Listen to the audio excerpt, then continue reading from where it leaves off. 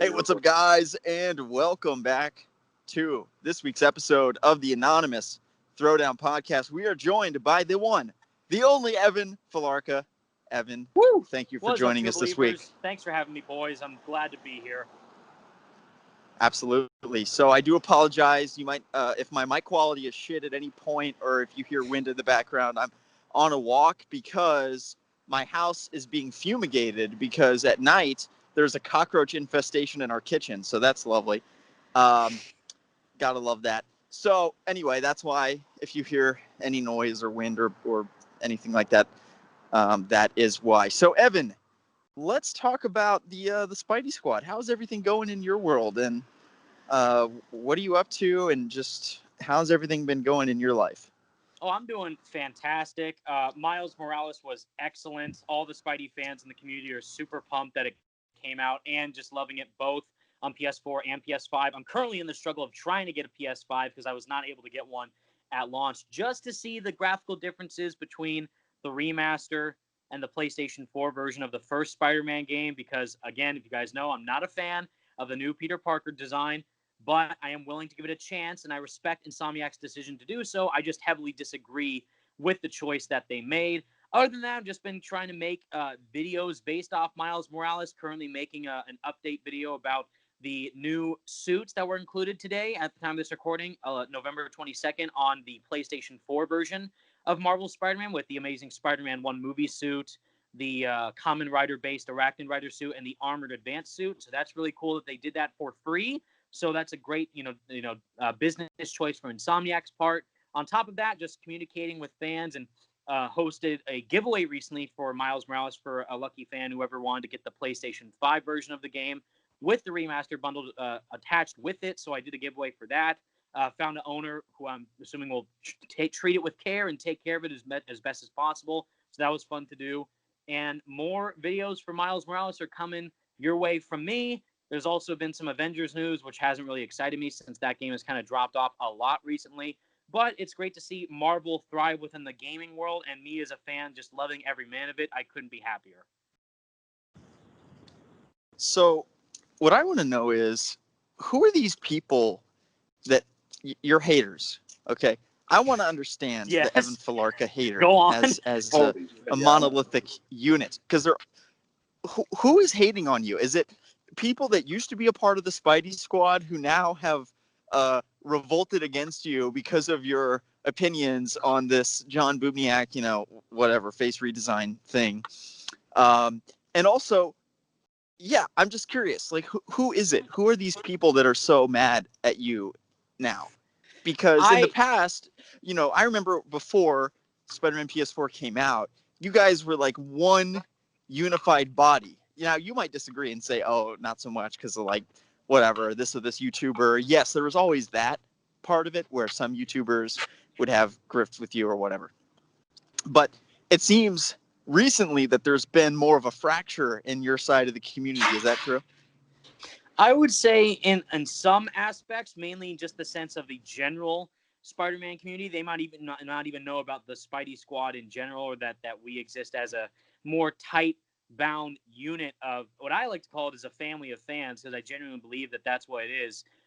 In my close circle, the main people who created the group alongside of myself, the main co-founders, like the Gotham Knights group, the Spidey Squad group has like up to 10, 12 main co-founders. We're still rock solid, and I wouldn't be today where I am now without them, because they're amazing. The general community, sometimes it gets a bit heated, of course, because of how vocal I can be about stuff I dislike or heavily like, because it goes both ways, since Spider-Man fans are very, very passionate, and that's a great thing to say about the topic at hand of the character, whether that be for the films, comics, shows, movies, and of course games mainly. There's decisions that happen within certain choices that people may agree with or disagree with. For me, it's two things. One, that I'm not a fan of the Marvel Cinematic Universe portrayal of Spider-Man. I make that very clear every time I bring it up, so people are kind of, distant with that. And the other one is that I'm not a fan of the new redesign of Peter Parker on the remaster, since it definitely looks like a Tom Holland deepfake, in my opinion. And I think that they did my main man, John Bubniak, super dirty with the redesign for Peter, given all the work that he put in the first game. And I'm very vocal about that whenever people say that the newer version is better than John, or John did no work for the game for the Spider-Man PS4. That's not true. So it's not in the sense that there's a fracture or anything, or like, oh, we're divided and the group is ruined or anything, because they still have, which I'm beyond honored by, Insomniac still has the Spidey Squad Easter egg, as well as my own name, by the way. I don't know if you guys know this. My own name is an Easter egg in a side mission of the first Spider-Man game on PlayStation 4, and they re-included again on PlayStation 5 in the remaster. The Spidey Squad pin's still there. My name is referenced in a side mission. That's still there. Insomniac knows that I'm being respectful with my disagreement. It's not about harassment or anything. And so do the fans who are reasonable with that.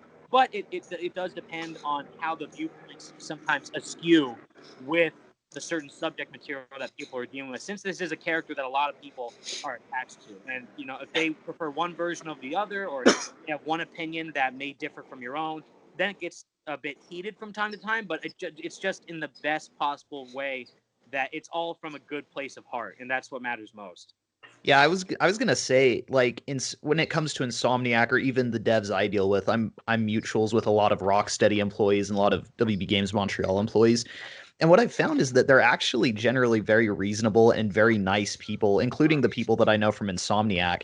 And it's interesting that they are obviously very proud and protective of their work, but if you're respectful, even when stating things that you don't necessarily like about their games, they don't generally get upset over that. It's generally the fans. And what I think is so interesting about your case, Evan, is that people will go from Evan is a Spider-Man shill to Evan is a Spider-Man hater in like no time flat. I'm like, okay, so he has a nuanced opinion. He likes some things, he doesn't like other things, but like the response to your opinions is like one or the other. It's like you can't be a fan of a character and like certain aspects of it and not like other aspects of it. It's the same thing with Kobe and all of the Zack Snyder drama, where Kobe is a huge Batman fan, doesn't really love the idea of Batman calling in airstrikes on thugs, which I don't either.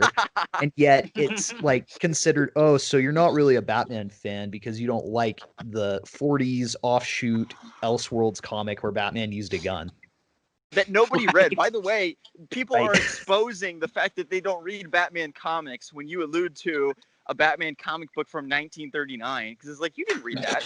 That's just an argument that you saw online of other people circulating a screenshot of that, and they're presenting it in such a way as though they love that image. But to your broader point, actually, the situation that happened with me is very comparable with what happened to Evan, because back in the day, in 2016, people were like, dude, you're such a BVS shill. You've seen Batman v Superman 7 times and say it's your favorite comic book movie. Like, you are such a joke. I mean, BVS sucks, blah, blah, blah, blah, blah. And now it's the exact opposite, that evidently I don't love it enough because I have the same critique that I did of the film in 2016. It's the same thing with Evan. And at the end of the day, I mean, not to be... Oh God, I'm probably gonna regret saying this, but I'm gonna say it. You want me to a lot of you? these kids are Go, just you got it. a lot of these kids are just jealous that like they don't have the platform for their voice to actually matter.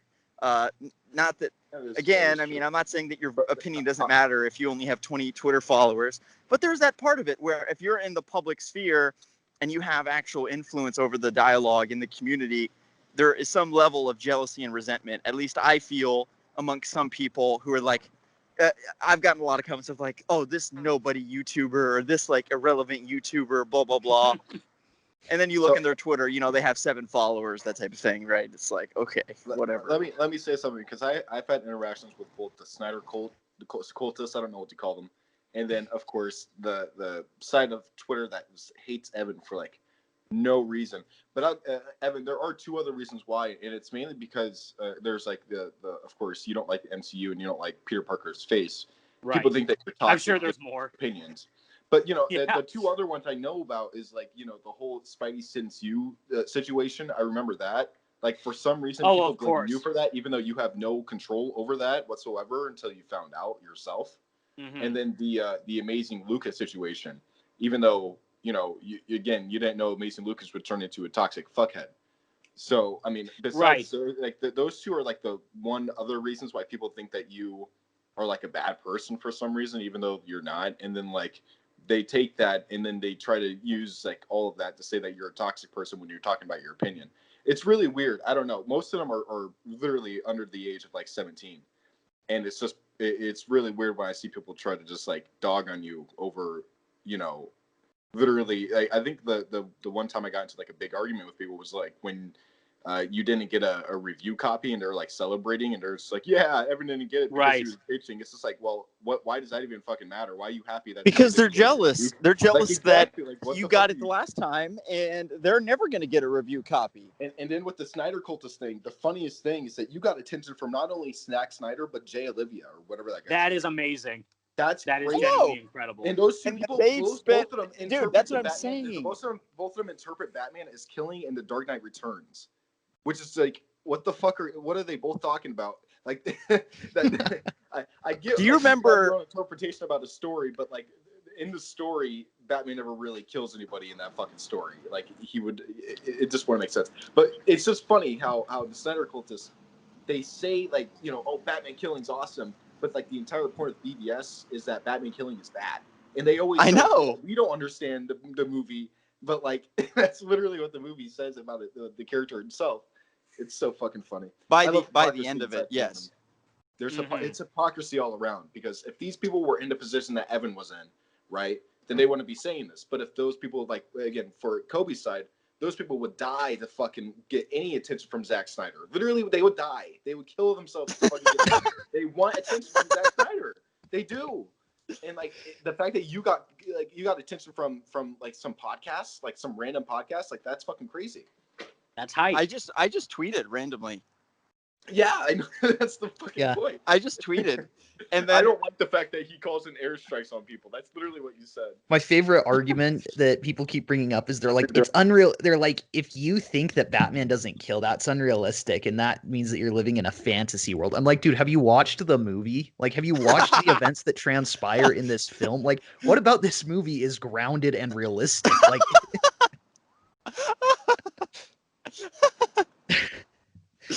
it's such a joke, dude. Like, well, I'm actually so I'm curious, Evan. Do you think that some of the toxicity began when you started getting attention from Insomniac? Like, what did you notice about the community at that point? Like, was there toxicity before then, or did it start to amp up once Brian Intihar starts talking to you about it and actually wanting some fan input and recognizing that you're a big fan and that you're putting a lot of work into supporting the community around this game?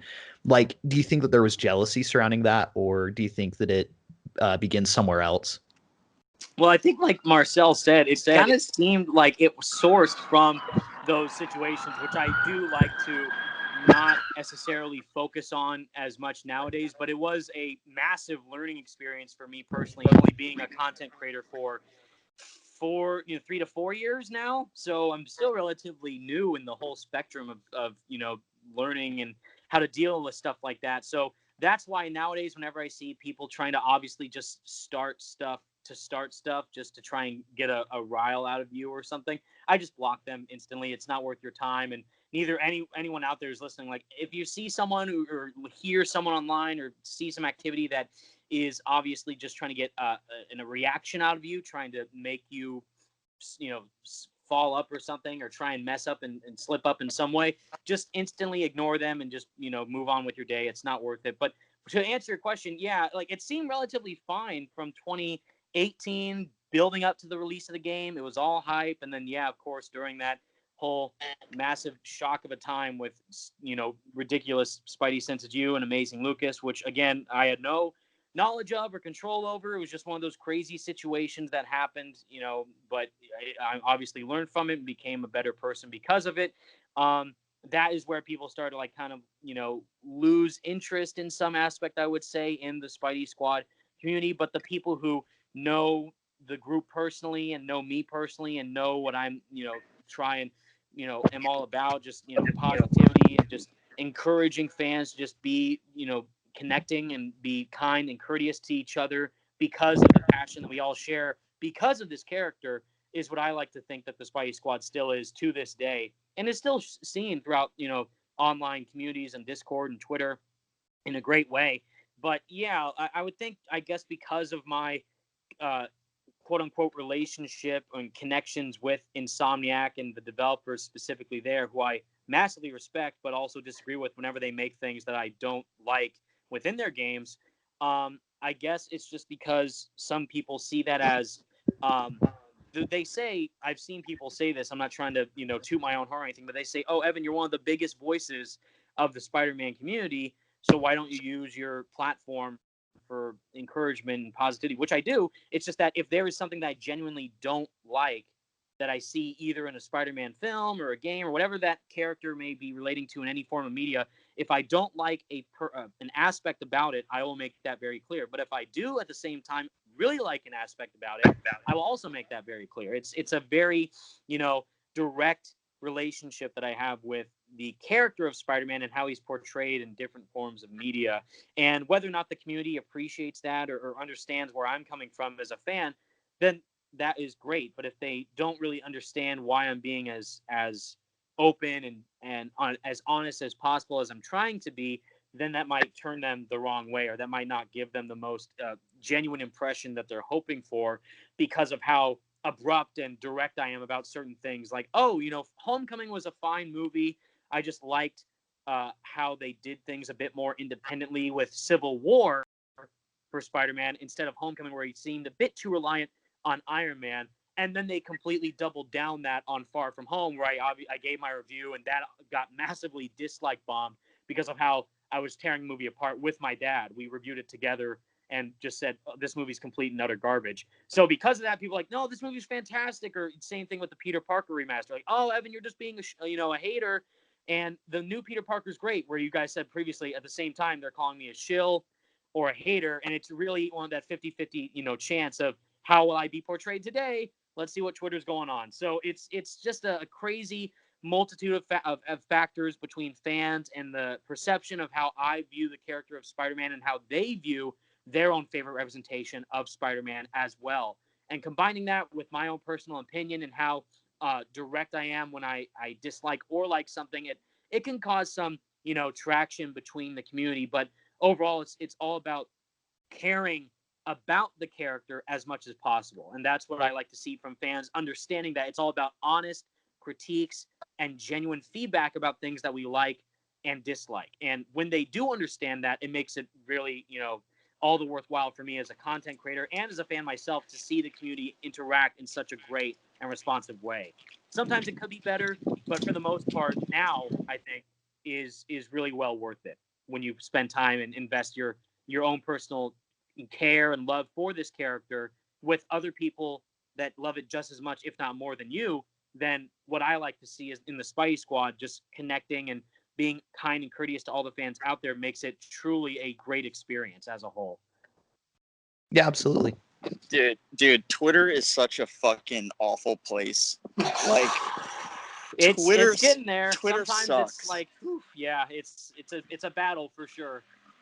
Well, you know what I've noticed? I made this point in my video yesterday, is that Twitter is some of the toxicity of what you could kind of notice in politics, the politics side of Twitter, is leaking over into comic book Twitter. And that's exactly what I've noticed with the Snyder Cut people. So if you say something like, oh, whatever, I'm not a fan of Batman calling in strafing runs, all it takes is one Snyder Cut person to find that, quote tweet it, and be like, LOL, you idiot, you fucking should go kill yourself. Batman killing is awesome. Here's a picture of Batman killing himself to trigger you. And then it's like, what? And then once, all it takes is one person to do that, and then that person is followed by 2,000 Snyder cultists. And then all of a sudden, my notifications are like, dude, exactly right. It is literally as though I tweeted something controversial politically, and people are like, scathing my hot take, as if what I'm talking about matters at all and is not about a fictional character. It's so stupid. Well, and what's really crazy is that you never know what's going to set people off. I remember I did a video basically weighing the pros and cons of like if Microsoft were to purchase Warner Brothers games. And I actually was like kind of harsh on Sony. I'm like, Sony is very tight with their exclusives. Like they do not allow any of their properties to be on Xbox. And to an extent, that does seem a little greedy. Obviously, it's a model that works for them. And I can't criticize it too much because I'm not the guy behind the table making the decisions. I don't know what their mindset is. But I ended up getting tons of comments from Microsoft fans who were like, there are no cons to Warner Brothers being purchased by Microsoft. And they ended up getting really upset with my opinion. They're like, you're a Sony pony.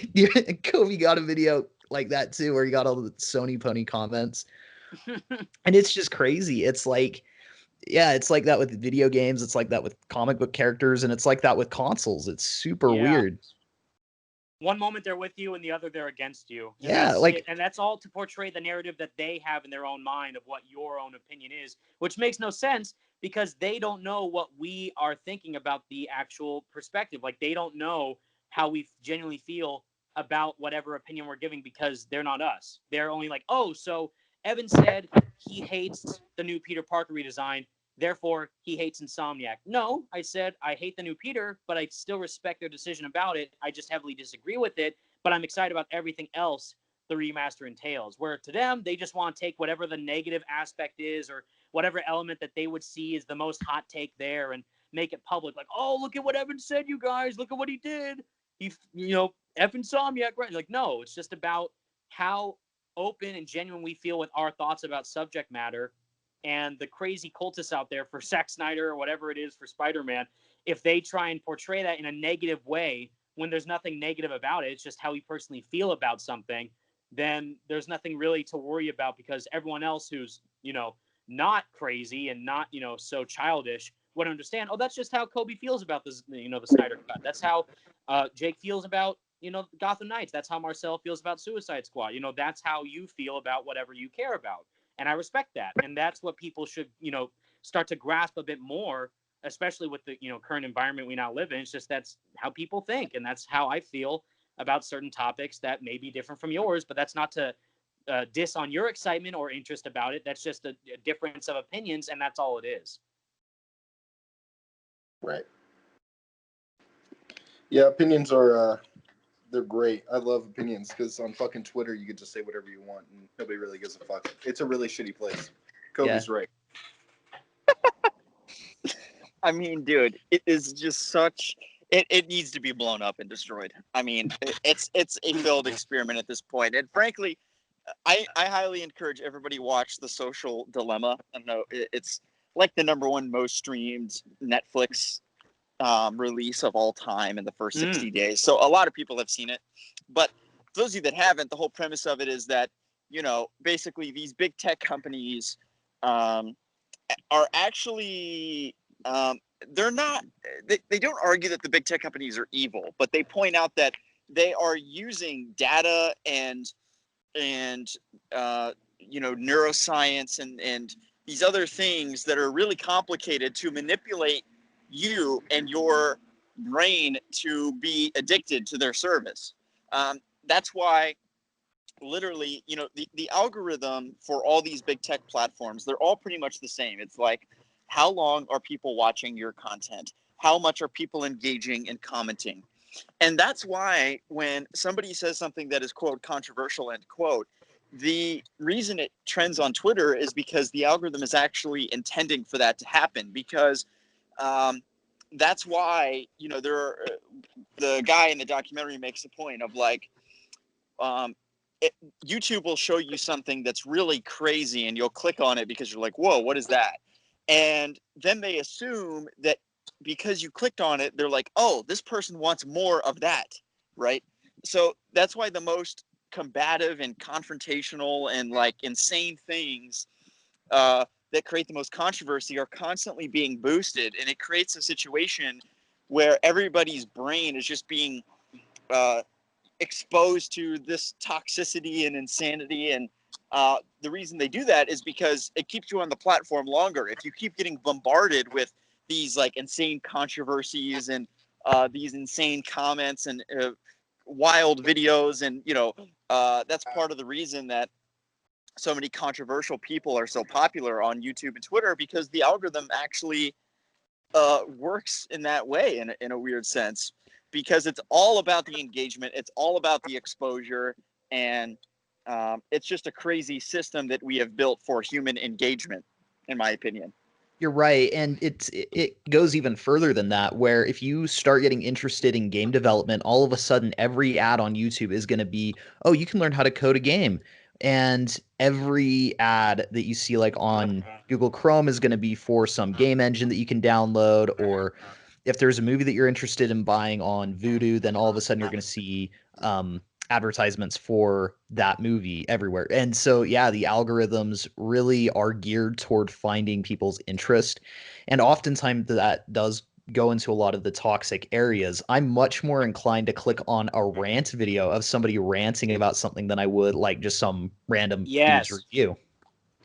Yep, that's empirically proven that rant videos and negative commentary is more likely to do well. So if I make a video that's like 5 reasons Arkham Knights sucked, that'll probably get like 400,000 views. If I'm like, here are the best parts about Arkham Knight, like nobody cares, But if I'm like, the Batmobile is shit and this is the worst game I've ever played and blah, blah, blah, blah, blah, then people will click. I mean, it's just how it is. It's also, I can absolutely agree. As an example on my end, I did, 2 years ago, the best and worst suits for Spider-Man PS4, and the best suits as of now, the top 5 best suits video has over 500,000 views.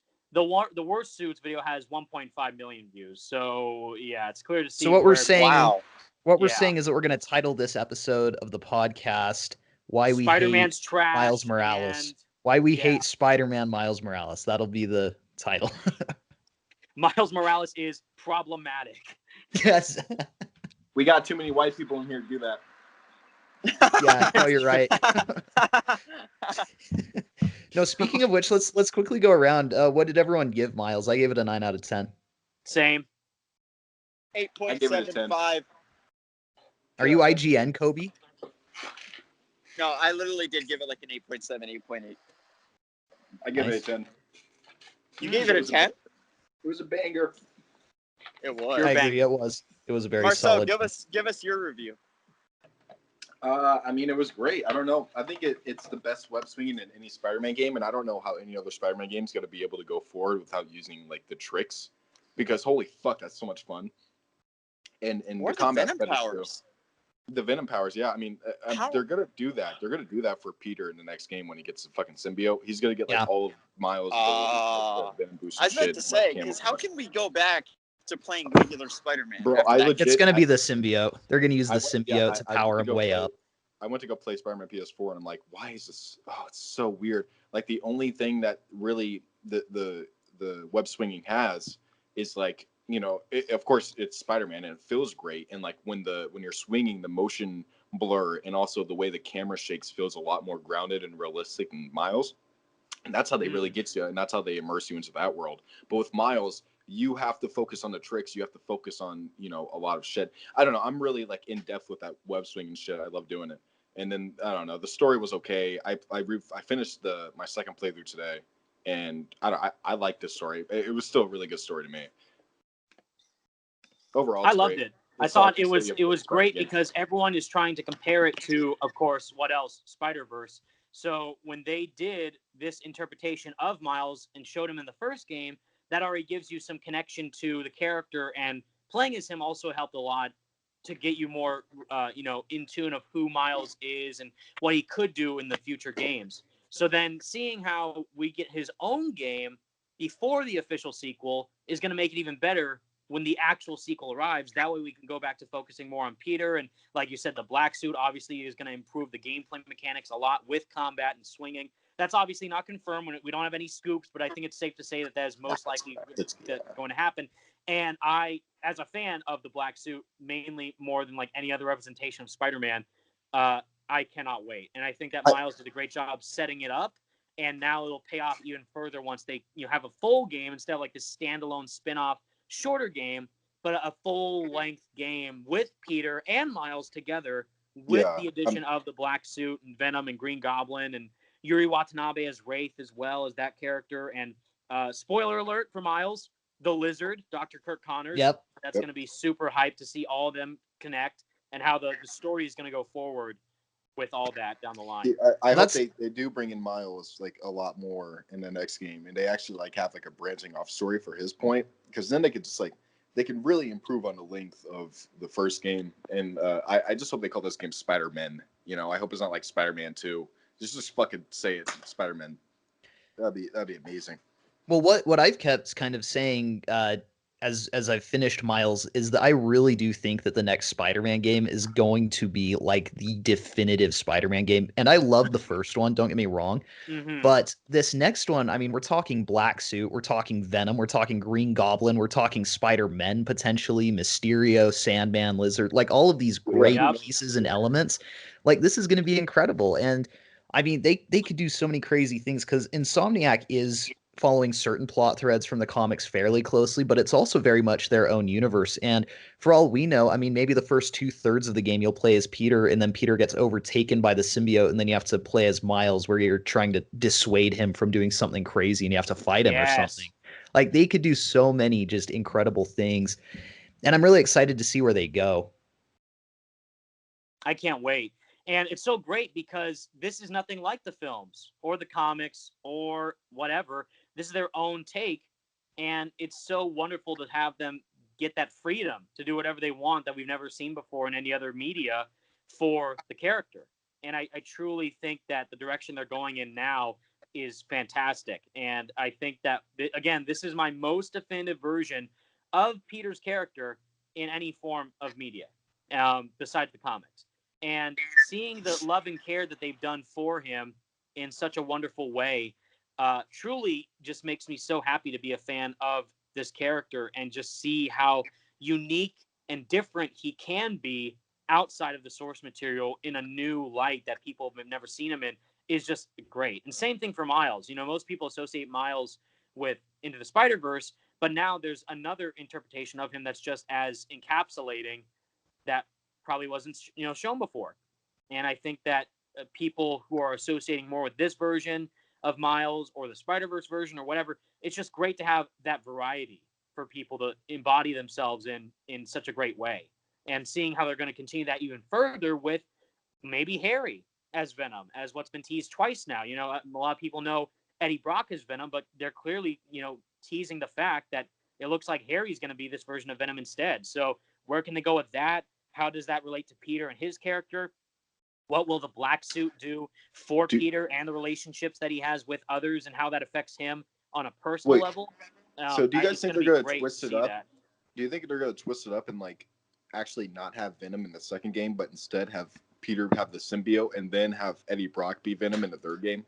Like a weird I could see that, and I actually in some ways I think that might be good because I feel like it could get a little overstuffed. And if you're trying to tell Green Goblin story and you're trying to tell the symbiote story and you're trying to tell a Venom story, that could get convoluted if you're trying to do all three at once. So who do you save in some ways, do you really save Norman? Do you really save like Green Goblin for so I think one of them has to be saved for that final game. And it's one thing where even retrospectively looking back at something like Arkham City, for example, as much as I love the game and as much as I love how many different elements are going on simultaneously in the story, I keep thinking like if they'd have saved one of the two plots, either Joker's plot or Hugo Strange's plot, for the third game, then they would have had something a lot stronger than what they had. And so it's a balance because you want to tell the best possible story that you can and you don't want to leave elements out, but you also want to look at the franchise potential. And I mean, it depends on, how many games they plan to make. I don't know if they absolutely could. As they want. They have the structure now where they can literally make like a Spider Girl game. They can make a Spider Pig game if they wanted to. And they just have to just be like Insomniac's making it.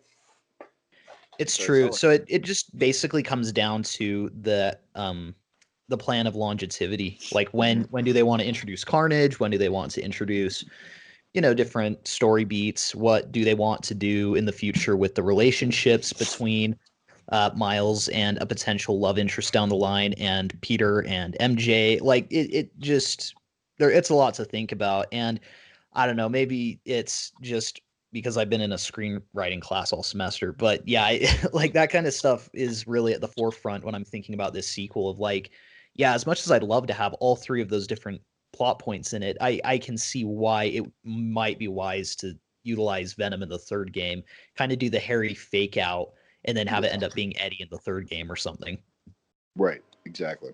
Right. I like them to keep it consistent as possible, for sure. Evan, I agree with your point that it is great that Insomniac is in the position to do whatever they want with their game, and that they don't have to, double check with like, oh, is this okay to do this or that, or they don't have any corporate interference, at least not much. Although there are some kind of hints of it, I think, in this Face remaster, but that's just my personal conjecture on it. But by and large, they definitely are able to do whatever they want with the story. My question is, why does every Batman movie director take creative freedom as an opportunity to like completely flip the comics upside down? That's what I hate. Is in every other medium with Spider-Man and other things like that, when a director is given full creative liberty, then they make an authentic Spider-Man experience by and large, and like include the fan favorite characters that we want to see. I mean, I think Sam Raimi's the only one that really had full creative control, and that might have been only for like the first and the second movie, and then maybe Mark Webb had like some creative control in the first Not one. much, I don't though. think they had, like. I think Well, and to be fair, I mean, how many Spider-Man movies have had Black Cat in them? None so far, which is crazy because she is like a pivotal Spider-Man second rogue. Amazing Spider-Man. She was like a character. Like it hurts me because that was their plan. They were gonna make perfect casting Felicity Jones as Felicia Hardy, and she would have been great too, and she was there. And then they were like gonna set her up in the Amazing Spider-Man 3 with other factors relating to the Sinister Six and Peter possibly getting the black suit in that movie as well. And then they just scrapped it because Sony, and it's just odd, like meddling from the studio is just a thing that we've seen for Spider-Man 3 with Tobey Maguire, of course, and the black suit being forced in. That wasn't Sam Raimi's original direction that he wanted to go in for that movie. Amazing Spider-Man 2 just being a huge corporate mess. And then Tom Holland's deal now possibly, which I totally agree with Toby, affecting now the other representations of him in the media with Spider-Man PS4 and the face change, because it makes no sense in my opinion. And just seeing how they're also trying to make more of the other Marvel stuff, like the cartoons and some of the animation stuff that we've seen on like Disney XD and all that, basically like a light diet version of the MCU, but for the cartoons. So that there's no creative freedom there, and trying to monopolize it for as much as possible with the current version of what's sadly making the most money. And that is what's affecting creativity and new ideas in the medium. But from what we've seen so far, besides the face of Peter Parker, this Spider-Man universe is completely unique and different. The Arkham universe as well was completely unique and different from the other forms of Batman media that are out there. So yes, it is unique and different, but I think that there's a distinction between unique and different to the extent that what Rocksteady did with Batman Arkham, which is basically taking all of the favorite fan beats that we have, like keeping Dick Grayson, Jason Todd, all these characters. They made some slight changes to a couple characters like Jason Todd. I mean, in terms of his persona and what he looks like, but his backstory is basically the same. The difference being with the movies, and something that Jake said, I think 2 weeks ago, that really sticks with me, is that all the Batman movies are basically, they are movies that the director would ordinarily make with Batman happening to be in them. In other words, The Dark Knight is a Christopher Nolan movie that just so happens to include Batman, which is totally true. I mean, it is through and through a Chris Nolan movie, and it's his iteration on the Batman lore. But for whatever reason, every single Batman director, including Matt Reeves, decides, my own unique take on Batman includes not having the Bat family at all, and not including any supporting cast besides maybe a love interest or maybe Jim Gordon at the very most. But it's like, so there's kind of a difference there between Batman Arkham and, say, the Matt Reeves Batman movie. Yeah, the movies always try to go for the dark, grounded, like approach. Like I don't think there's been like one fantastical Batman movie if we're not including the Joel Schumacher and the fucking who was the other guy, the guy after. There's like one guy before Joel, right? Tim Burton. Robin. Tim Burton. Was it Burton? He did like Batman Returns and '89. Yeah, but there wasn't like one guy in between Batman and Robin and Batman. What was it? The one after Batman Returns? I don't think so. I guess not. I guess it was just Joel Schumacher. But besides those movies, yeah, all of them are like grounded, like Elseworld stories that you wouldn't really consider to be like defining Batman stories. Besides maybe the Dark Knight and the Dark Knight here's my take on it. It's that because I think Kobe's absolutely right. But the thing for me is, if I were to look at this from the perspective of a filmmaker and I'm handed the rights to do a Batman story, I would honestly be really nervous to include the Bat family, because chances are I'm only going to be lucky enough to make 3 movies. And that is a huge undertaking. That's a lot of characters and a lot of exposition and a lot of plot points that I'd want to introduce. So what we need to do, really, if we ever want to see an accurate film adaptation of Batman, and I think that they're maybe on the right track here, because there's the possibility of the TV show that they keep talking about on HBO that will like kind of set up the GCPD and such. Oh yeah, Matt Reeves knows what he's doing. Yeah, they need to do like kind of what the MCU is doing, but just for Batman. So in other words, they need a movie that literally focuses solely on Nightwing. Becoming Nightwing rather than Robin. We need a whole movie that's like about the Killing Joke event. So they need to have basically a whole cinematic universe to do that justice, and that's what I really hope that they're going with. I like that idea. I always wanted like a cinematic universe for separate characters in the DC universe, besides just like one big universe. So like, you know, you have your Superman movie universe and then your Batman movie universe. It just works better for DC characters because they just have a lot more that they can work with than Marvel characters. Marvel characters have to bounce off of each other most of the time, at least. Besides like Spider-Man and like some of the more popular characters. But for like Batman, they have enough of enough lore to literally back up an entire cinematic universe for like a good decade or two. Yeah, absolutely. Okay, so here's my Batman trilogy pitch. I think that every Batman movie director has done this completely wrong and botched it, including Matt Reeves, in my personal opinion. Because how do you get handed the keys to make a Batman movie, and you're like, oh, we're gonna do an art house like thriller detective story? Like what? Nobody. Okay, I'm gonna get flamed for my. Wait, I'm sorry. I already know. I don't care. Wait, what'd you just say? I am saying that I do not think that Matt Reeves is going in the right direction for this trilogy. Well, nobody asked for your opinion, Toby. I know, that's correct. Look, that man, 100% look, man, correct. they are taking inspiration from like the animated series and from some of the best Batman comics that aren't like fucking The Dark Knight Returns and fucking a Year One and what else? The Long Halloween. Like they're actually taking inspiration from good fucking comics this time, and I trust Matt Reeves and everything that he's doing. The movie might not look I like agree with they that. only have 20% of the footage, and it looks great. Okay, I see what you're saying, but if I were making a Batman movie, I would make it look like a comic book. So I would give it, I would introduce Barbara Gordon and Dick Grayson right away.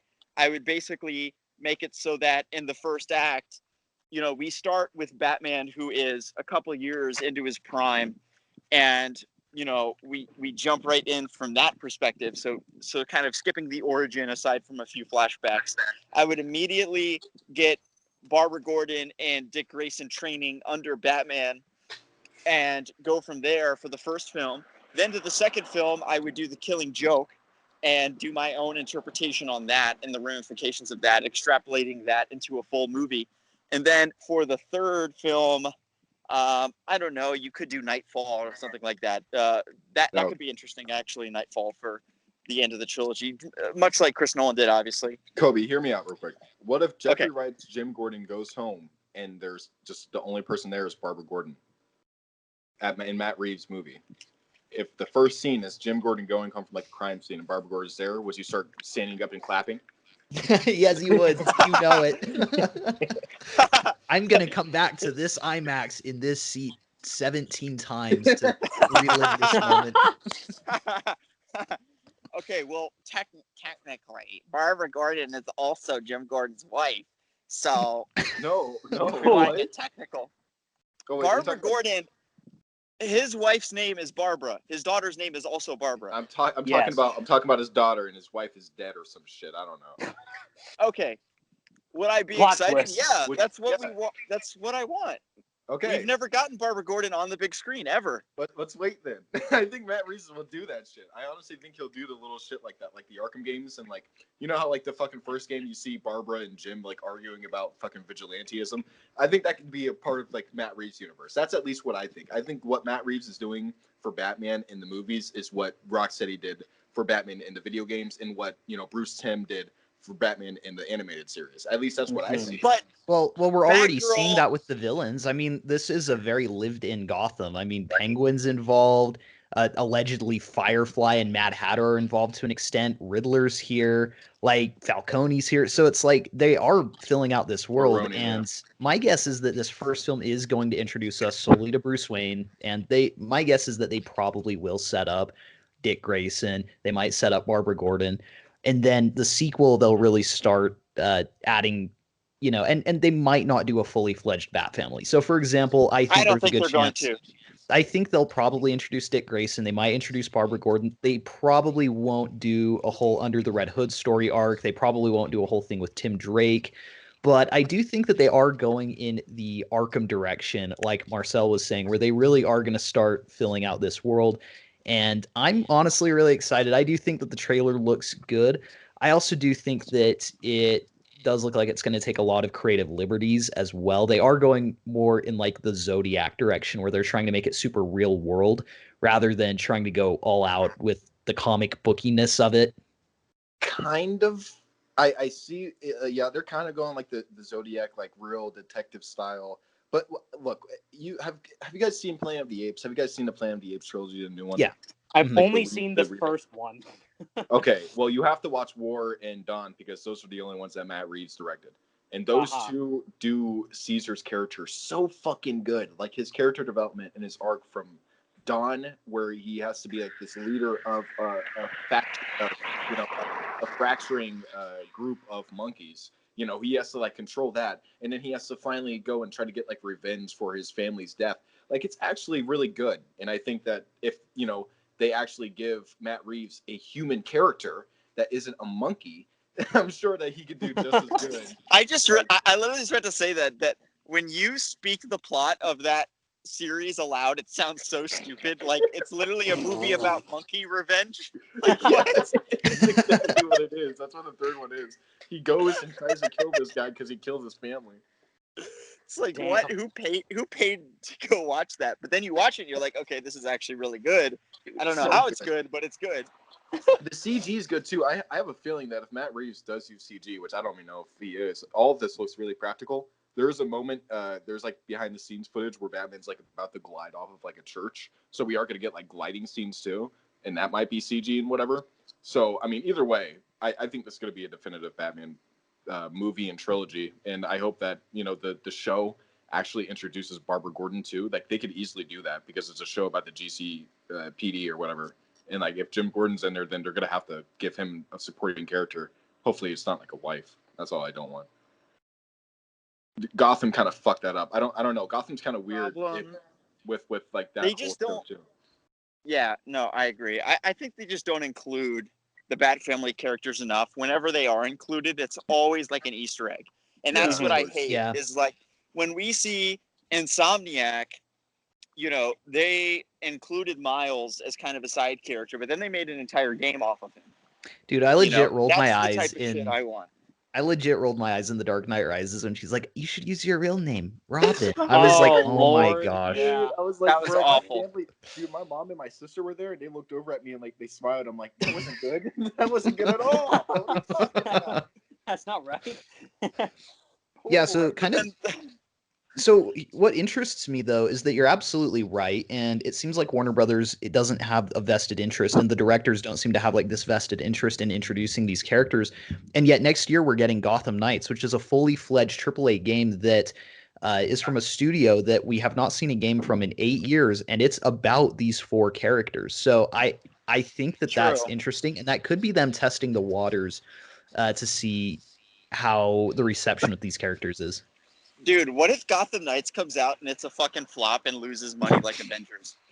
Literally, my concern is that Marvel's Avengers, the gameplay does. I'm just saying, I'm not trying to be Mr. Negative Nancy here, but people have drawn comparisons between the Gotham Knights gameplay and the Marvel's Avengers gameplay, and they're not necessarily wrong. That's all I'm saying. See, there's a difference though, because there's a difference between Gotham Knights and Avengers, because with the Gotham Knights, with the co-op and whatever, it's just story. It's not like you're grinding to get shit, you know. You're just playing the story, and you're doing side missions, and you're finding these characters, and you're finding, you know, the villains and whatever, and you're going and doing that. With Avengers, the reason why it's so bad is because the story's fucking garbage. It really is. It's not a good story. Like the cutscenes are just garbage. They're cringy dialogue. The gameplay's boring. Nobody wants to play that shit, and that's about it. Like nobody cares about these characters. Like okay, people care about these characters, but in this game, nobody gives a fuck about any of these characters, and that's just a fact. With Gotham Knights, people care about Batgirl. People care about Robin. People want to play as these characters. In the story, we don't really know what it is, but I mean, it's a mystery about like fucking Gotham. It can't be that bad. Like if they stick with the single player, or they stick with the story, and they just focus on the story and try to make the gameplay like what we saw in the trailer, which I can see the comparisons to Gotham or to Avengers because of the way the numbers show up on the screen, the character or the enemies have health bars and whatever. But Gotham Knights also has stealth. That's also something that's very different, is that they have stealth in there. So well, that and traversal around the city, and a giant city to explore. And they already confirmed it's not live service, right? Yeah, exactly. So it's a completely different game. I don't think there's gonna be. I think Gotham Knights has a way better chance of succeeding than Avengers. Jesus. Yeah, true. But then the real question is, because I remember, and I discussed this in my most recent video, that a lot of people were reaching out to me and like, hey, I really want to see a Nightwing game. When will we get a Nightwing game? And I was like, nah, you're never going to get that. Just don't get your hopes up, because he's not popular enough. He won't drive sales. And I always tell the story, or not story, kind of an anecdote, or however you want to think about it, of like, okay, let's say that you went out on the street right now and, whatever, on your city's main street, and you go around and you ask 100 people, hey, do you know who Nightwing is? I would say, if I had to guess, depending upon the area that you're in, if there are an adequate amount of boomers sampled, I think you would get between 5 to 10 people that say I know who Nightwing is out of 100. If you ask the same question about Batman or Superman, it's 100 out of 100. And that to me was like alone enough reason. And I think that those challenges are still there, even though I'm happy they're doing a game focusing on the Bat family. It's exactly what I was just discussing 10 minutes ago about how I wanted them to focus on the Bat family more in the movies. But my concern is still there, that like, I don't know if enough people know about these characters. And I'm not talking about us or anybody watching this podcast. I'm talking about the person out there who's like, I watched The Dark Knight once. It was cool. Playing a Batman game sounds fun.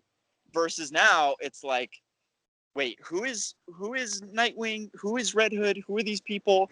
I just want to, drive around in the Batmobile and whatever, like beat people up. Well, and not to mention, the story they're going with feels like, something that is fairly controversial. I mean, when the trailer drops and the opening is literally like, yep, Bruce Wayne's dead, don't don't expect him to be in the game. I mean, that's a big move. And quite honestly, if I was in charge of the Gotham Knights game and universe, I probably would have been more vocal about making this the sequel. I would have been like, let's have the first one be a little bit more traditional of a Batman game, and then let's get everyone invested in our version of the characters in the world, and we'll introduce the Bat family, and then the sequel will kill them off. But that's that's a Last of Us Part 2 situation then. Yeah, that's true. And the other thing is that if that's not the game that they want to make, if they don't really have an interest in making another Batman game, and quite frankly, I could understand that. I could understand being, not personally, because I would absolutely make a Batman game if I ever got the opportunity, but I could see, someone being like, well, we've already had 4 really good Batman games. I want to distance myself from that a little bit. So let's make a game that focuses on his allies more. So I understand that. I just think that there's maybe something to be said about alienating the fans a little bit too quickly. In some ways, I think that it's kind of smart that they, use that as their launch pad. Kind of the same way that Insomniac revealed the face change for Peter as part of the remaster rather than revealing it as part of Miles Morales or the fully fledged sequel, because it allows fans to get their anger and frustration out first. And then when the sequel comes out, no one's really going to be talking about it at that point. And it's kind of the same deal with Gotham Knights. When the game finally releases, it's not a bunch of backlash of like, Batman's not even in this, or you killed him off by surprise in the first 10 minutes of the game. It's like something that everyone's already used to at that point. Yeah, it kind of seems like they did rip off the Band-Aid when the trailer came out. They did. They did. Guys, sorry. Well, it's because they knew that we were all expecting a Batman game. We literally were. We thought it was going to be Arkham Origins too. Subvert expectations. At the time. It's kind of weird because, I feel like they could have made... it depends on what the pre-orders are going to be and, like, what this game sells as, but... I feel like they probably could have made a lot more money if Batman was in the game. If it was like literally titled Batman Gotham Knights, because in real they could have made a story with Batman inside of this game. I think. It's not improbable to have Batman with all the Bat family characters and still have his gameplay there too. Well, think about it like this. With the Batman Arkham games, all of the Bat family characters are, just like I discussed it as a recurring problem, is they're so irrelevant and they don't really serve any true character role, excluding Arkham Knight, where I would say that they do try to... There's no character arcs, exactly. And I think that, and I think that the way they could have done it is exactly like Jake mentioned, of here's a Batman game right away. You could even kill him at the end of the first game, and then we have a little bit more of an investment into the Bat family characters, because we were introduced to them through the lens of Batman, this character that is so famous and well beloved. Now, our only window or glimpse into getting to know these characters is through these characters. Yeah. Like, we don't have any aid to help people who don't give a shit about Batgirl or Red Hood to care.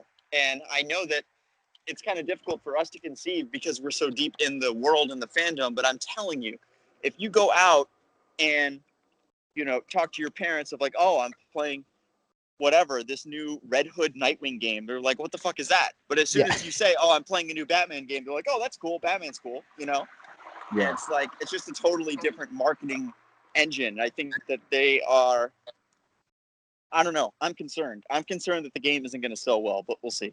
See, I would be more concerned for Suicide Squad, honestly, because that's the game that I think is going to be more comparable to Avengers. Like, it is an open world map. I'm assuming you can explore, but it's a games as a service, so they're obviously going to be doing what the Avengers did in some way with what they're doing now with like Kate Bishop, and what they're going to do later on with like Black Panther, and release content on a scheduled basis. That's the game that I would be more worried about. If Gotham Knights comes out and they're just like, look, we're going to have like a few DLC packs with story, we're going to put a few villains in here, we're going to give you guys a few skins, blah blah blah. Like, then I think the game's going to be fine, because then at that point, it is going to be like a Arkham game where it is just the story and it is just these characters and we just play, like that. But I get the whole marketing point where it's just like these characters might not be big enough. I think we just need more time. Like, when we start seeing the actual like gameplay, like when we actually get to see like, the developers really go more in depth besides just here's a Mr. Freeze mission, then yeah, I think that more people are going to get invested in like the game itself. That goes for both of them. That goes for Suicide Squad also. Like, we need to see what the game actually looks like. I'm more concerned about Suicide Squad because I don't know. It seems more like an Avengers style game, since it's 4 players. It's games as a service. It's a concept that they can easily add all. They could add as many Justice League like villains as they want, right? They could add as many Justice League characters from Green Arrow to fucking like I don't know, fucking Flash or whatever. And that could be spread out throughout DLC, so they could really fucking pump out a bunch of shit. I'm more concerned about Suicide Squad than Gotham Knights, but I see your point, Kobe.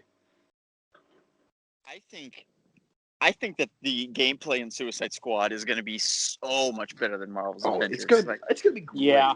It's Rockstar. Sure. It's going to be so fun to just play the game that to a certain extent, I think Rocksteady's pitch is going to be that this is a really, really fun multiplayer game to play with friends more than a pitch around the story. I could be wrong, but I kind of think that their positioning is like, this is such a fun game to play. It's such a fun game to play with your friends, and it's so wacky and like even in the marketing, it's so irreverent. They've already kind of did that though, where it's just like they're not really focusing on like the plot of the game. The plot of the game is like, it's kill the Justice League. Well, I kind of have a theory in regards to Suicide Squad, and it's that I think that this is sort of a glorified pitch for a Superman or a Justice League game. In other words, the rumor is that Rocksteady wanted to make a Superman game, and that Warner Brothers basically said, we don't know. His movies aren't making a lot of money. People don't really seem that interested in the character. We don't want to, spend, so many years, with you guys working on a Superman game and then have it come out and be a flop. So my guess is, and the reason that they're using Superman so much in the marketing here, and the reason that it takes place in Metropolis, and the reason that they're introducing all of these different characters with different abilities, is because they're trying to sort of prove to Warner Brothers that they have the capacity to make the game, and also that there's an interest in expanding the Arkhamverse's version of the DC universe. And I think that it's interesting that neither of the upcoming DC games are really what you'd expect. There isn't just a straight up Batman game, and there isn't just a straight up like Superman or Flash game. And instead, it's two different team-based games that have multiplayer components and that are kind of subverting expectations. It's definitely not really what I would have inherently expected either studio to do. And so it'll be interesting to see going forward if, Warner Brothers Games Montreal at some point down the line makes Gotham Knights 2, or if they do something completely different. And same with Rocksteady, if they're planning on doing a second Suicide Squad game, or if they're going to transition over to Superman, or, a World's Finest game that stars Superman and Batman or something. Yeah, like what happens at the end of Gotham Knights when they find Bruce Wayne and then they revert him back to Batman? Is like, do we have a Batman solo game now? Right. Yeah, I could see that. I mean, there's a lot that they can do, at least with like the setup that they have now with these team games. But like, I don't know. I feel like Flash game would have been fucking so good for a PS5. Just it would have been sick, dude. Fuck, man. I really want a Flash game. Me too. And that actually leads me to I'm sorry, I'm talking a lot. But basically, coming off of Miles Morales, started thinking about Warner Brothers games and their DC properties, and I feel like they're kind of missing an opportunity. And what I felt like when I was playing Miles Morales wasn't that it was too short or that I was being ripped off for my money. I felt like, okay, so this is about the same scale as an older Spider-Man game, and I didn't have to pay quite as much for it. Now, I think that what Warner Brothers games should do and what Rocksteady should do is they should open like a second studio that's, 40 to 80 people maybe. So it's way smaller in scope. And then when Rocksteady says, we're going to take 5 years to make our Superman game, then this studio says, okay, so we'll make a Batman Arkham game that's the same scale as like Arkham Asylum in 2 years, and we'll charge, $45 for it to release. So that way there's still content coming out and they could expand with characters. They could say, we're going to make a smaller scale Flash game while Rocksteady works on, the Superman game or whatever it's going to be. That's genius.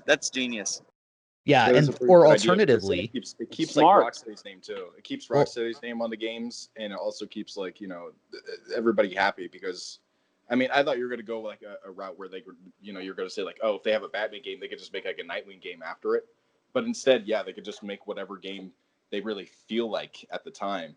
And, like, well, imagine if like in between this giant drought of games, like imagine if in 2018 it had been announced like we're going to release Batman Arkham Uprising. It's a game that was made by 40 people.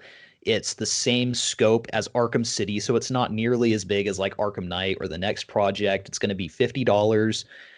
Or alternatively, like let's say that Warner Brothers Games Montreal says, okay, so Gotham Knights 2 will release in 2023. It's only going to take us 2 years to make the next sequel.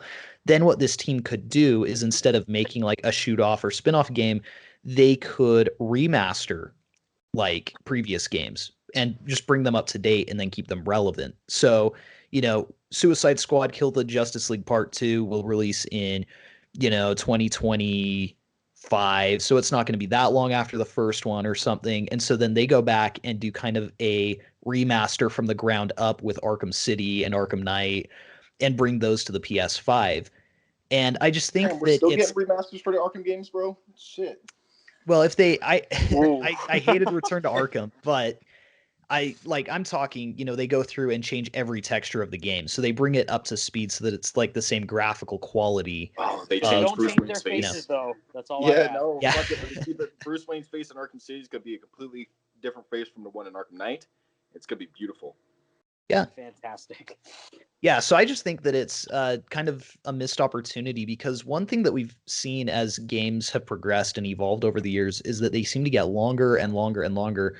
And it was actually kind of refreshing to play Miles Morales, which was a much shorter game. And Brian Horton on the Kind of Funny podcast said it was refreshing for them to make it as well. They didn't have to spend 6 years making this game. And I think that a lot of studios should start doing this both for updates of games, because it's clear that there is a market for remakes. Those are some of the biggest releases this year is remakes for certain games.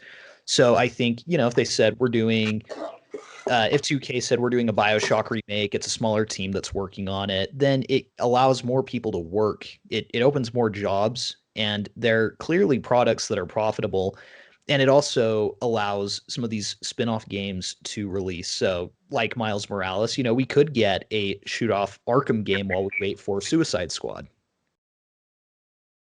Right. Yeah. And it's great to see all these characters who aren't as well known as your Peter Parker Spider-Man, your Bruce Wayne Batman, your Clark Kent Superman, get their time in the spotlight in these AAA releases. Like, of course, probably one of the main factors for Miles Morales being as popular as he is now is because of Into the Spider-Verse, but also it's because of his inclusion in the first game. Even if Into the Spider-Verse never came out, fans would have still been intrigued with where that story was going. Even in that game, it teased Miles was going to become Spider-Man, so they already had that plan before Into the Spider-Verse came out.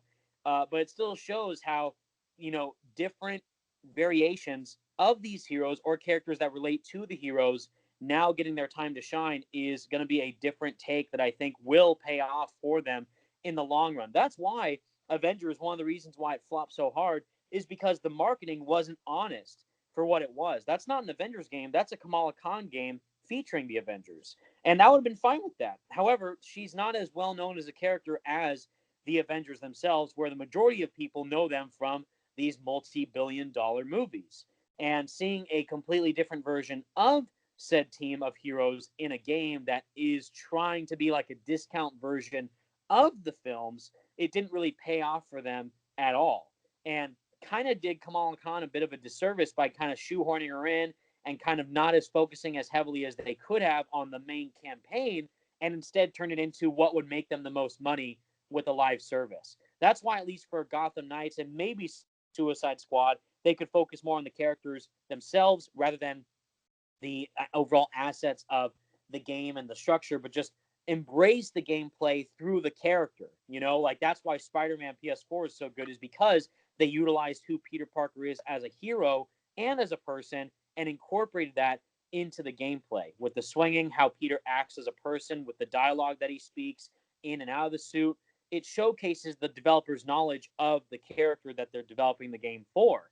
And seeing how well-renowned the Arkham games are now from Rocksteady, seeing them approach a completely different group of characters with that same gameplay aesthetic in a different way. And, it won't be the same exact type of gameplay from Batman Arkham, but still it'll have that genuine Rocksteady vibe to it, is going to be very encapsulating to see once they see those games in the field for people to play with their friends. If it's co-op, 4-player co-op, see how that actually affects their gameplay, features, how that would want to make them feel more incentivized to play with a group of friends instead of just playing solo. Same thing with Gotham Knights. 2-player co-op will be very fun to actually just dive into, either solo or with a friend of yours, but see where the stories of the characters go further. That's why us as players, at least for me personally, am excited for these games to see where the stories can go for the characters themselves.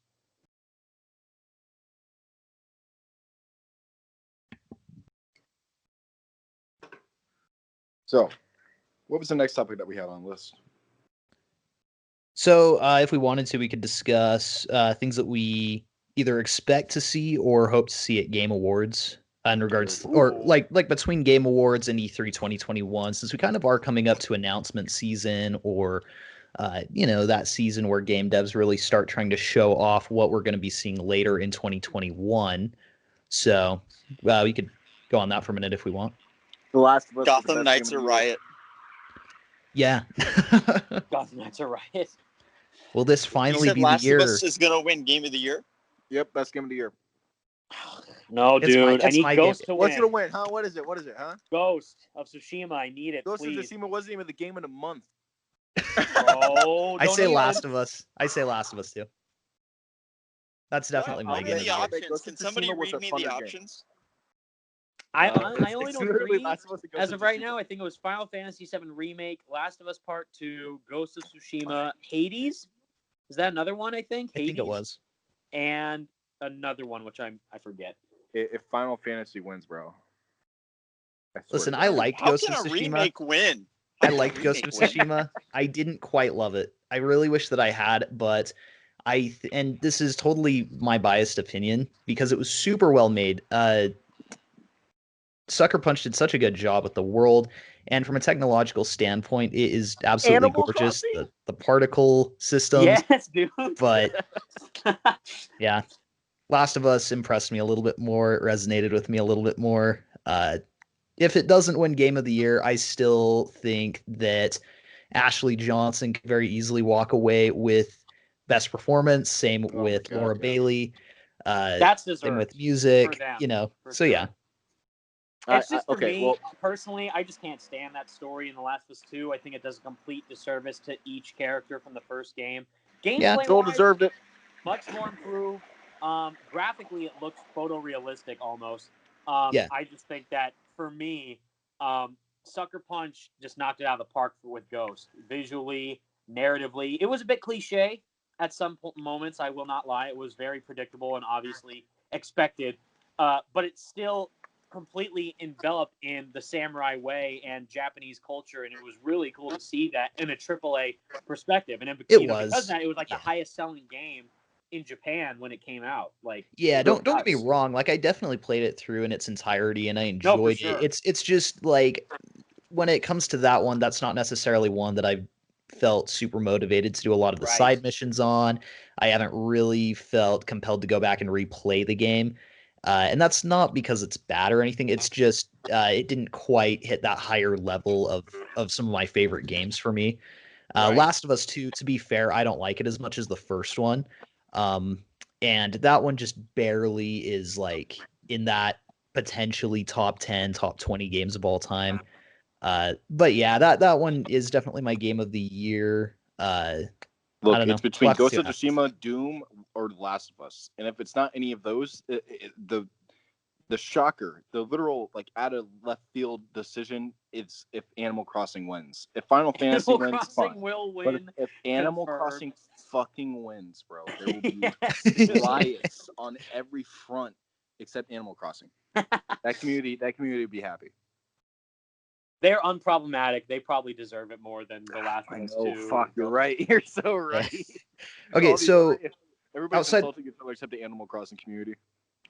Outside of the awards, though, what announcements do you guys anticipate coming up pretty soon? For me, it's I definitely think we'll see more Gotham Knights. I don't think we'll see Suicide Squad for a while, just because that's 2022. I think that we could see more of Hogwarts Legacy potentially. And the big one is BioShock 4, because that one they teased that, right? They actually confirmed that BioShock 4 is in development in late 2019. Jason Schreier came out, and obviously they didn't want him to say this, but he likes to just tell everybody's secret. He's like, yeah, so it's actually been in development since 2017. So it's way further in development than they're letting on. So my guess is we'll probably see BioShock 4 by E3 2021. And also, this one definitely won't be at Game Awards, but I think that there's a possibility that we'll start seeing teases for Spider-Man 2, depending on when that one's going to release. If it's 2023, then I'd probably say, yeah, we won't see it for another year. But if it's a 2022 release, I could see an E3 teaser trailer, to be completely honest. Would they really release it in 2021, or like when do you think they would release it? 2022, like late 2022. So like 4 years after the first game. This is also complete tinfoil hat theory on my front, but in 2022, that would be the 60th anniversary of Spider-Man. So if they want to and also, of course, the sequel for Marvel's Spider-Man 2, if to release in 2022, you got to utilize that marketing somehow with all those two. So I think that there would be a very likely chance that we could see an announcement of it maybe next year. I don't think we'll get it this year since Insomniac is now going to be promoting Ratchet and Clank. Rift Apart, that new game that they're making as well. When does that one release? 2021 mid 2021, I believe, but definitely next Evan, year. It'll probably be after that. Yeah, Evan, you probably know this. How many developers are on that team in Insomniac? Like, how the hell? It's in the hundreds for sure. I know that they had a smaller team work for Miles compared to the biggest team they've ever had for a game with the first Spider-Man game. But they luckily, already set the footwork forward for Spider-Man with the first game, so therefore they had a smaller team for Miles, and then they split up, for Ratchet and Spider-Man. But I think it was in like the 400s, maybe even 500s. That's a lot, but they still split up for a lot of games. There's a lot of games. And they also did they have the studio in Burbank, California, and Durham, North Carolina. The Durham studio in North Carolina mainly works on their VR stuff, or they used to work on their VR stuff, like with the Unspoken game and some of Sunset Overdrive. But the main Burbank studio, I believe, is where it's at with Spider-Man. That's the core one. Dang. Yeah, I don't know. I was trying to get across why Spider-Man Spider-Man Miles Morales is better than Spider-Man PS4 in my video yesterday. Yeah. And someone brought it up how they were working on 3 different games and how they had a smaller team. And that just makes it even more impressive, honestly. That's crazy. Absolutely. And that they set the groundwork first for Spider-Man PS4, where Brian Intihar, the creative director of that game, confirmed that they actually incorporated air tricks in Spider-Man PS4 late in development. They didn't do it at the very beginning. Where Miles, that was the first thing that they focused on to improve, was the traversal. So they incorporated air tricks from the ground up right into the swinging. And it was fantastic to see that unfold in the game. It was just the perfect balance, because it's not like Assassin's Creed where it was another full-length Spider-Man game to the point where you're almost worn out of it already. Because that's my thing with Assassin's Creed, is they did so many so quickly, and they were all super long that I ended up just kind of getting burned out very quickly. But this one, it's I'm ready for the next one. I finished Miles, and I'm I cannot wait to see what the next one is. But then it's also enough of, I'm not waiting 4 years for the full sequel without having something to kind of tide me over. And so I just think that it's a perfect product, and I think that it's something that a lot more devs should consider. Mm-hmm. And it's also super consumer friendly when you think about it, cross-gen for this game, but yet Sony was trying to market it as their core premier launch title for the PlayStation 5. But still, even if you aren't lucky enough, like myself, and I'm assuming you guys too, to not have a PlayStation 5, you can still play it on the PS4, and it still looks great. So that's dude, I got 7. I got 7. Yeah, do you want one? Oh. I'll just need your social security number and your I can't wait checking to account purchase it login. off Scalpers are us. And I'll send you my credit card info after this. Hey man, what's your address again? What's your address again, bro? No, 548. I'm not asking for any specific reason. I'm not gonna rob you. Yeah, right. It's 548 Scalper Way. I think that's nice. I'm not sure. Yo, all I need are the 3 digits on the back of your debit card. That's it. 616. Boom. Done. Oh shit. No shit. Oh, that's good. But that actually is someone's now that I think about it. All right. Anyway, now I have a PS5. Thanks, Evan. Try whichever one you got. I'm here for you. All right. Well, I think we're in a good place to wrap up this week, if you guys are good with that. Yep. Cool. So exciting news for everybody. We are now on Spotify. So we applied to be on Apple Podcasts, and we were temporarily rejected because we have Chloe as our podcast AVI. And that's Apple... not why. It's the lady who has to go through the applications was an ex of Kobe's, so we have to wait for another person to do it. That was certainly a factor. But so we have the first 13 episodes up. If you want to go and listen into our back catalog of our prior episodes, a lot of you have been asking, hey, we don't want to listen on YouTube because it sucks. I understand if you're on your phone, you can't. If you close out, then it stops playing unless you have YouTube Premium, blah, blah, blah. So anyway, we're on Spotify. The first 13 episodes out of 21 are there.